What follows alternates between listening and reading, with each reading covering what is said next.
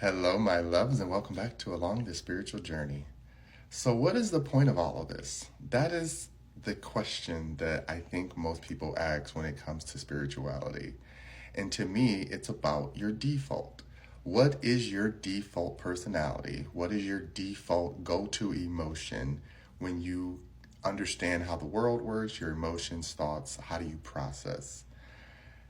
The point for me of spirituality, when you see people who are positive and we're like, why are they so positive? And most people who come into spirituality, they think it's about being positive all the time. That's not it. Spirituality is about getting to a place of clearing out all, or at least as most of you can, past trauma, because you're never going to get rid of all of it. But the point is so that you don't get triggered by it. So when you do the work, when you go through that list of all the things that pissed you off as a kid or you didn't feel you deserved, and the things that you went through as you went through this process of evolving, you get to go back and say, okay, that no longer makes me upset. So now I'm not as cynical. This no longer makes me sad. So now I'm not as depressed. This no longer makes me feel stagnant. So now I don't feel like I don't have a purpose. I understand that I create my purpose, right? And then I go after it. The default then becomes happy. You can't help but be happy because you recognize all the things that are happening around you that used to bother you that no longer bother you, because you realize I can't change that. There are things that I can change about me so that I am not affecting that or being a part of that. There are things about my environment that I can change and educate others and hopefully let them choose a different path so that they don't choose something that makes them feel stuck or negative. But at the end of the day, being a negative thought-minded person and a positive thought-minded person is still a thought and a discipline, right?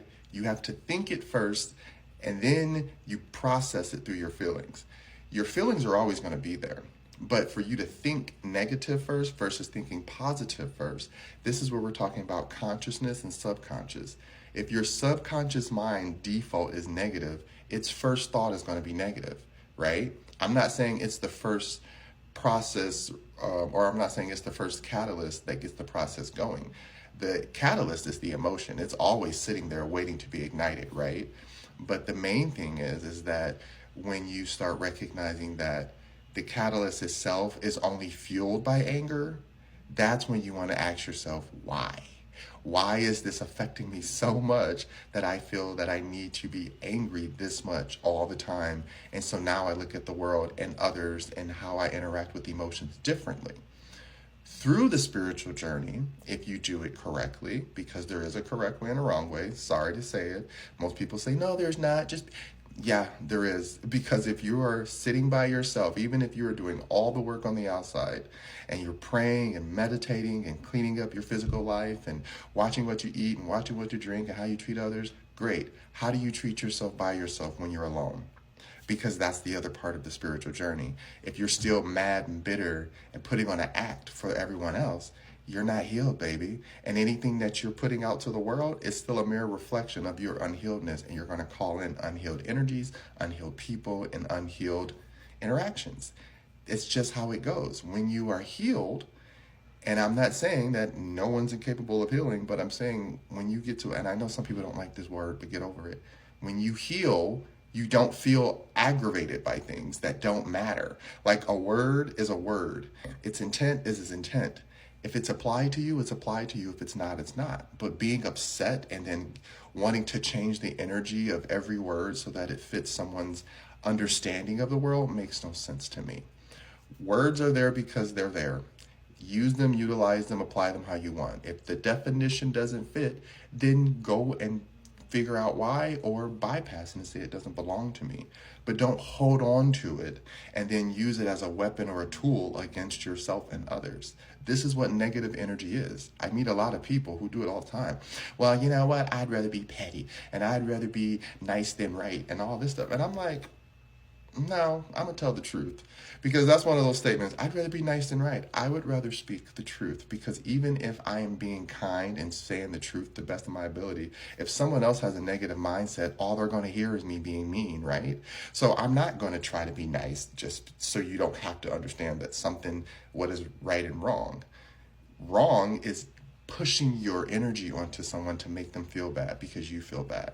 Right is understanding that you feel bad. Process it. And if you want to talk to someone, talk to them, empathize, let them be there for you the way they can be or want to be. Don't have assumptions and expectations. That's how you get your feelings hurt. This is why I say when you choose to be negative, no matter what happens, you're going to only see negative outlooks, only negative outcomes. If you're a positive person, even if it's a negative situation, you're going to see the lesson learned and the positive outcome that can come from it because you've learned and now you have wisdom to apply. This is a state of being, a state of mind. This is why I say it's a discipline and a practice. It's not you go into spirituality and all of a sudden you're just happy. That's not how this works. Sorry to tell you. What happens is you learn how to process energies that don't belong to you, and then you decide, do I want it to belong to me? And if you decide you want it to belong to you, then yes, you're going to have to process all of that energy that every other ancestor has learned how to process and deal with, and then decide, okay, I like this energy or I don't like this energy. That's how it works. No one has to be happy all the time. No one has, I'm not saying people can't be upset and sad and mean mug. If that is your masking coping or mechanism to deal with the world, so be it. But you're still going to energetically be playing the negativity game. And that's why good people call it negative energy. And then they wonder why. You can't play the negativity game if you're going to be positive. If you're going to be a positive person, you're going to have to deal with the backlash of people not thinking you're being genuine, people thinking you're being fake, people not wanting to interact with you because they think that all you think is life is about butterflies and sunshine. So be it. Those are people who are still dealing with their darkness and your light is too bright for them to see. So do not dim your light in order for other people to digest you better. Don't do that, okay? It doesn't make sense.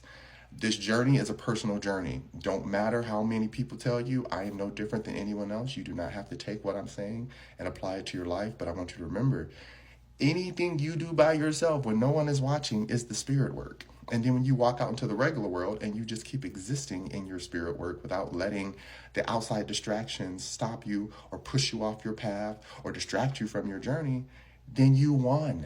That's the energy of positivity. That's it. Positivity just means, I see you, you see me, I see what you've been through, I see what you're going through. Do I care to walk through it with you or do I care to just observe you? That's a choice, right? Because for me to reserve my positive energy, I have to say, do I want to interact with this negative person? Even if I tell them life is what it is and you got to keep trying and try to do all the positivity talk I can. If that person's not ready to receive it, they're not going to receive it. And they're not going to apply it. So keep being who you want to be. But if you are going to be positive, you cannot let others get to you. That is the number one rule of positivity. You cannot let others get to you. People will get to you, but it's holding it enough on the inside that you know how to hold space for their negativity, that you can transmute and that you can alchemize that energy and say, you know what, I wish you the best day that you deserve. Okay? Because that's all you can send them away with. If they are wanting to be bad or wanting to be annoying or wanting to be upset, I wish you the best day that you deserve. Because in that moment, you are taking that energy and giving it right back to them politely and saying, that's for you to process, my love. Deuces. I hope that makes sense. Love you guys.